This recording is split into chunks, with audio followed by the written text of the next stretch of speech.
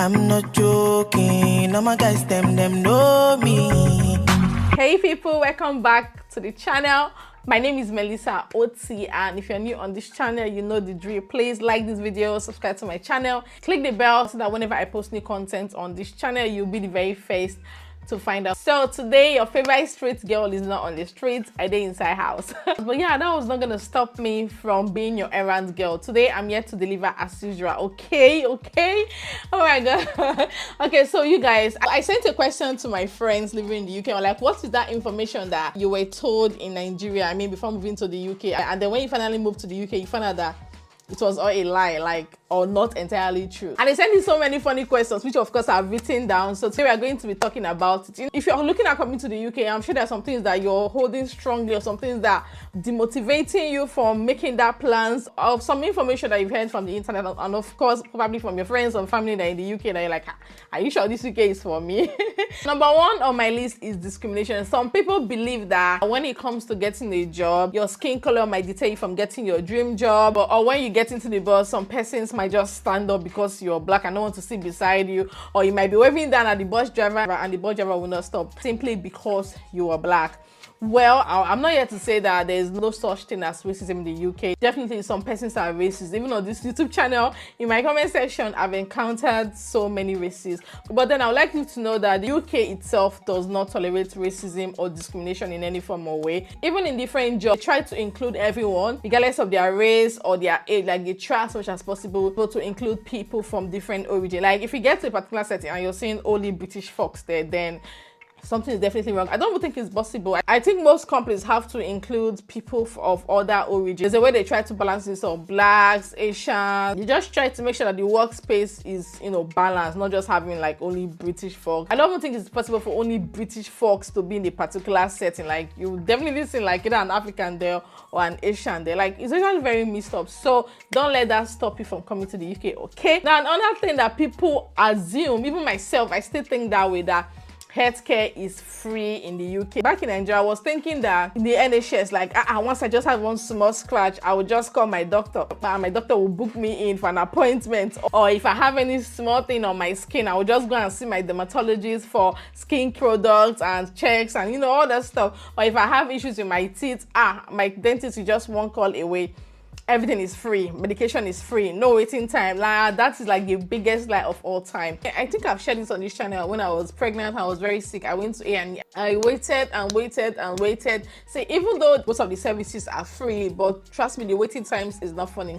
Compared to Nigeria, where if you have money, you just go to a private hospital where you be prioritized and you don't need to wait for a very long time. But yeah, you have to wait. Like, there are some treatment that you require, especially if it's not like an emergency case. You might have to wait for like 1 year, 2 years, 3 years, especially all these terminal disease like cancer and all that. You have to be on the queue for a very long time. And then see, you have to pay prescription charge. Like, I don't know how much it is now. I've never had to pay it. I know there's a part of the UK that don't pay prescription charge, either Wales or Northern Ireland. Please show me in the comment section if you know. But yeah, in England you have to pay prescription charge. Like, for instance, you go and see your doctor, they give you prescription. You go to the chemist, you have to pay like, I think, £9 something for you to get your meds. So it's not like free. And this is coming after paying your national insurance every month. Also, immigrants that are non-healthcare workers, they have to pay IHS fee, which is like very expensive, especially students. IHS is a lot. It's even more expensive in that visa. So it's not really like free per se. But yeah, I always say this: if you compare the amount that you pay for your prescription charge and the amount that you pay for your national insurance every month, it's absolutely nothing compared to the treatment that you get when you finally see a doctor. If you've never given birth in this country, you won't appreciate the NHS, to be honest. I've used NHS twice to give birth, and frankly, I really appreciated them because literally see the effort these doctors and nurses put in daily. But yeah, you get the drill, right? So if you're planning on coming to the UK and you think that, oh, healthcare is free, I'm just going to have access to my doctor, even GP say sometimes you have to be on the call for 1 hour waiting for the receptionist to pick up your call. It's not really that easy, guys. Before we go on, guys, I want to say a very big thank you to Vantrue for sponsoring today's video. So you guys, a quick story. My friend recently had an accident. It was so bad that the car was written off by insurance. This is what happened. She had her 2 kids in the car and she was driving, and then another car ran into her and bashed her car. Her car was damaged. The front of her car was damaged, so bad. Luckily, she came out fine. Her kids came out fine. I mean, when this happened, she was in shock. She was crying. She was down. She was broken. Like she was shattered. Then she got down from the car, and the lady that bashed her got down from the car. And you know, in that case, you just be finding out, oh, what exactly happened? Who was right? Who was wrong? And both of them were talking, you know, just trying to discuss exactly what happened. And the other lady was claiming right, very little or nothing happened to her car, just a very tiny scratch to show that she actually bashed my friend's car, but she was trying to dodge insurance, and she was just lying that my friend was the one that ran into her, my friend did this and all that. Like, you know, this was going on. My friend was like, how can you be lying in broad daylight? This is what happened. But no, she was not having it. And luckily, my friend had the Vantrue E2 dashcam installed in her car. So the whole footage of every single thing that happened was recorded. And she showed the lady, and that was what silenced her. I mean, what can be more shocking than having like a real life evidence? Like, you can literally see your car bashing her car. So when this company reached out to me, I was so happy because I'm like, yes, this is exactly what my audience needs. Now, today I want to talk about the Vantrue E2 dashcam. So the Vantrue E2 dashcam comes in two. This is the front, and there is one at the back of the car, which is the rear dash cam. And like this particular view you're seeing now is my front view. Now you can always switch it to whatever view you want to see. Like for instance, this right now is my rear view. If you want to see both your front and your rear view, you can always press this button here. Now as you can see, this is my front view and this is my rear view. Now my front view is on highlight. If I want to highlight the rear view, all I need to do is click on this second button, and now this is my rear view. Now this thing is programmed in a way that if you encounter an accident, this is going to record everything that happened. It's going to show, like as you can see, this is 0 miles per hour because I'm not driving at the moment. Now this will record the speeds at which you were driving to be able to tell if you were driving above speed limit or you were within speed limit. And this is going to show the date of the accident. This is going to show the time of the accident. So once you get into your car, like you open your door, this dash cam starts recording automatically, except of course it's switched off. So this is a remote. I decided to stick it here so it will be very handy to use. Let's say there's an accident or there's something you really want to capture. All you need to do is just press on it. As you can see, a green light just showed. So that is going to lock the dash cam so that nothing else will happen at that point, and then captures whatever it is that you want to capture.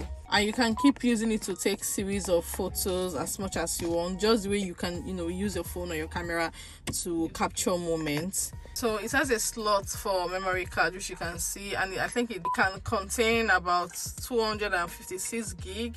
And then this dash cam is right in a way that it can store files, so you can always revisit events that have happened. Let's say something happened like 2 days ago, you can easily revisit it and, you know, see every single thing that happened. The link to this dash cam will be in my description box, and currently it's on sale. It's on Black Friday sale, so you may want to get it now using the link in my description box. So someone says you need to pack food stuff for because food is very expensive. The way she dragged the expensive. See, you guys, yes, I always say come with food stuff, but not like you will now pack the whole of Nigeria. You carry yam, you carry rice, you carry. See, so that you come into the UK with Indomie for. Why? Like, why would you want to do that to yourself? Why are you coming to the UK with rice? Why are you coming to the UK with beans? Like, it's not that yam has volume. I know some persons will still pack yam inside their box. Like, why? Like, sis, why? Bro, why? Why do that to yourself? See, food stuff is very accessible. If you don't have an African store where you live, believe me, there will be an African store in the biggest city nearest to you. Or you can even shop online. There are many websites that you can easily shop your African food and have it delivered to your doorstep. So why go through that stress? I always said, if you're coming like things that are really pricey, like for instance dry fish, crayfish, stockfish, and you can come with these things in large quantity, but the truth is that they will still finish now. As you already know, the UK has like a large percentage of blacks, so getting African food is not a big deal. Like, trust me, no need to bother yourself about that. Oh my god, this was just being last. Someone said job is waiting for you when you land. Oh my god. So if you're watching me right now, can you share with me how long it took you to get your first job in the UK? For me, it took me like, I think 1 month plus to get my first job. It's not like there are no jobs. There are jobs, but this thing takes time. It does not mean that, oh, when you apply once, one click, you get an interview invitation and then you get your job. It does not work that way most times. Most times you have to like keep applying, especially these minimum wage jobs, healthcare assistants, store assistants, these factory jobs, they are there, but most times you have to apply. Also, bear in mind that when you come, it's not really like you're going to get into, like, let's say you're a banker in Nigeria, you come here and it's very easy for you to just get into the banking system straight away. You still need to start from other kind of jobs like admin, customer sales rep and all that before you can then get into your role. But yeah, that should not discourage you or deter you from coming to the UK. But that notion that jobs are everywhere, once you come you get a job straight up, no, it does not work that way. Another thing of mine is that you don't really need to work if you have a child or if you're a mother, because you will get benefit that will look after you and your children. You say? No way. In fact, when you come as an immigrant, like as a student or a worker, you don't even have access to public funds. Like you can't touch public for things like child benefit and all this benefit and all that. You cannot access them. So they're not even for you. I say I've got 3 kids and they're not being paid benefits. So that notion, I believe that once you come to the UK and have your kids, that you don't need to work because they'll be paying you. But even those that have access to child benefits and all that, like you still need to work, because I don't think it's enough. And of course, it's not even what you want to do. You don't want to be living off government. It doesn't even make sense. Someone said finding a spouse is hard. You better marry your boyfriend and bring him to the UK. See, this part, I'm not really the best to advise on this because I came in married. But yeah, from what I see and from what I hear, it's like it's hard. Because even me, I'm a babe now. Check me out, I'm a babe. Like when you see me outside, you won't even know that I've got kids. If I don't tell you that I have children, you will not know. Especially if I dress. But yeah, as I find rich, nobody has ever stopped me to say, hello, sweetie, how are you? Or hello, hey. Nothing like that. Nobody has done that. So I can only imagine how others feel. Like nobody has even stopped to say, hello lady, excuse me, dance, or hello babe, can I have your number? Or nothing like that. Even when I go out with my kids looking all pink, looking all, get what I mean?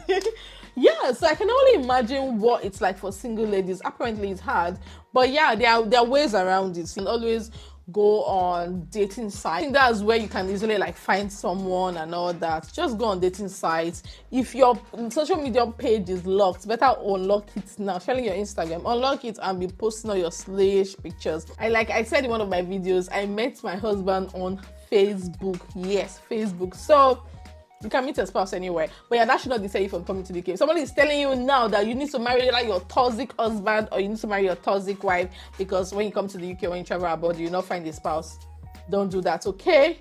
People still find their spouses here and they marry and live happily ever after.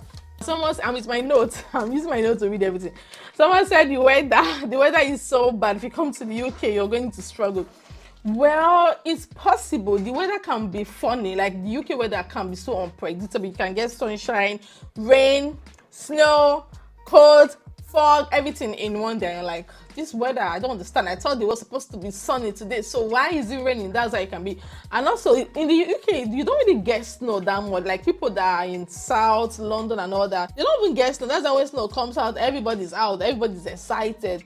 But way down, like myself, I'm in West Yorkshire. We experience snow here, like to a certain degree. But yeah, we never die. Even people in Canada that are living in minus 30 something degrees, they're still alive. They've not died. So that should not deter you or stop you or discourage you from coming to the UK. The weather, yes, it can be really annoying, but you can't really compare it to the hot Nigerian weather. Nigerian weather is hot. Like in this country, you don't even need skincare routine. Like me, I don't even do skincare routine, but okay, let me calm down now. I don't want to talk too much, but you guys can see it, okay? You guys can appreciate my skin. Like, my skin is always skinny.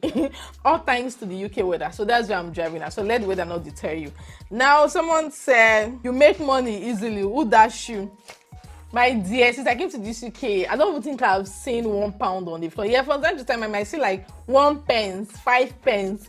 But £1, no way, you can't see it. Struggle is real everywhere. The only difference is that, yeah, you work hard and you see the result. Like, if you work hard, you will see the result.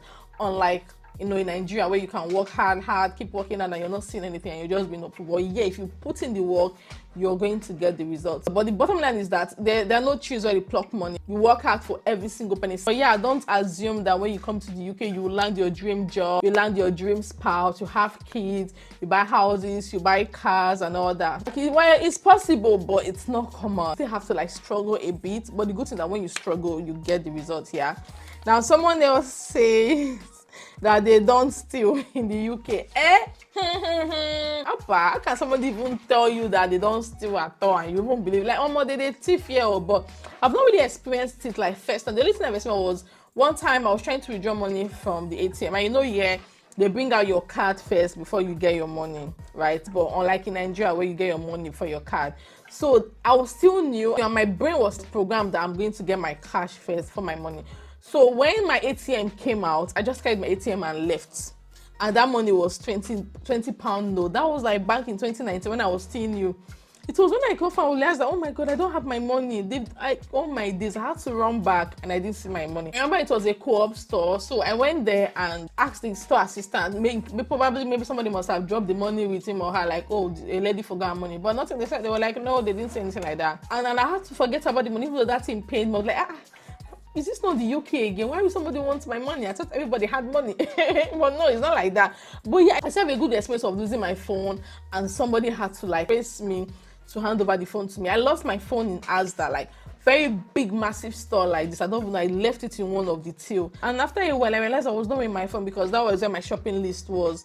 Started looking for my phone. I didn't even know the exact till. We went back to the places that I picked items from and would not see the phone. Oh my God, it was so painful. My husband had to use his iPhone to try to like track mine, and it was still telling him that it's in that location. And then there was this in the program on the screen, like kind of locked my phone and programmed a note saying this phone is misplaced or something like that. Please ring this number if found. So apparently a good Samaritan saw the phone on the till and kept it just so that someone won't see it and still dig me. But yeah, when my phone started beeping and that little note that my husband wrote was displaying on the screen, she immediately rang the number that was displaying, and then we went to her and she handed over my phone to me. Like, it was such a very good experience. Like, I really smiled. I was like, wow. Thank God. Because my phone would have been gone. Where am I driving at? Good people exist and bad people exist everywhere. So it's not just like about the UK. Now, someone say our government gives free money, you don't need to work. Well, like I said, if you're on tier 2 or tier 4, you're not entitled to public funds. But yeah, I remember like I've gotten tax returns. So I remember I kept on having issues with my employer, having issues. My money was always incomplete. And they would tell me that it's complete. They know what they are doing. I'm like, And then in August 2020, I got tax refund of about 400 and something pounds. I said, hey, who does that? They said I paid too much tax. The next thing in 2021, I also got a refund. Oh my God, I was so excited. That money can be so sweet. But yeah, just like the kind of things that you can get, but not like the government to come and be paying your mortgage or giving you large sum of money, especially if you're on tier 2 and tier 4. Just forget about it. Now, someone said bus system is perfect. Bus system can be so annoying. God, see, let me just tell you something, yeah. When you come to the UK, you can still use your international license to drive for the first year. Please, when you're planning on coming, right, get your international driving license, and then when you come, buy a used car. I'm going to leave the link to Next Drive Auto Dealership. Like, you can easily get your car from these people, like used cars at a very, very affordable price. Trust me. So you don't need to struggle, especially doing winter. Like, I really hated the fact that sometimes I have to stand and wait. And sometimes they will tell you that your bus is like 2 minutes away. And then when you get to the bus stop, you find out that your bus has gone. Like, apparently the bus came like a minute or 2 minutes earlier. And you're like, what's going on? And sometimes the Google map might not really be updated. Like, somebody mentioned in one of my street videos when she talked about crossing of the road, sometimes you don't know like the side of the road where the bus will be coming from. Like, there are so many shitty things about the bus system that is so annoying. And sometimes the bus drivers can be so annoying. Like, you're driving, right, and there's no one on the bus stop, but you see somebody running, chasing you, trying so much to get to the bus stop before you arrive there so that he or she can board. Like, you can literally see this person, but because the person was not already waiting at the bus stop for you, this driver will just drive past. I'm like, God, no, this has nothing to do with your color. They do it to everybody, but it's so annoying. There's nothing like 2K where you are like you have to stop your bus at any time. Everything is timed, but it can be so annoying. There can be unnecessary delays that will make you arrive late at work or arrive late to classes, miss appointments. My dear, if you're planning on coming to the UK, just get extra cash so that you can buy like used cars or buy one small car that can keep you going pending when you stabilize. Since you can drive with your international driving license for 1 year, like, very important. So you guys, share with me in the comment section the things that people told you before you migrated to the UK, and when you finally came to the UK, you're like, this is so false, this is so not true. What's going on? I thought they said this. I thought they said the UK was perfect. I thought they said I could pluck money from the tree. They thought they said bus system was perfect. I thought they said I will easily get money from the government. I thought they said this, that, blah, blah. Share with me in the comment section. Seriously, I really, really want to know, you guys. Thank you so much for watching this video. Please like this video, subscribe, comment your thoughts in the comment section, and please click the bell so that whenever I post new content on this channel, you get it fresh, hot, like as a VIP that you are. Thank you so much, guys, for watching, and of course I will see you all in my next one. Bye, guys.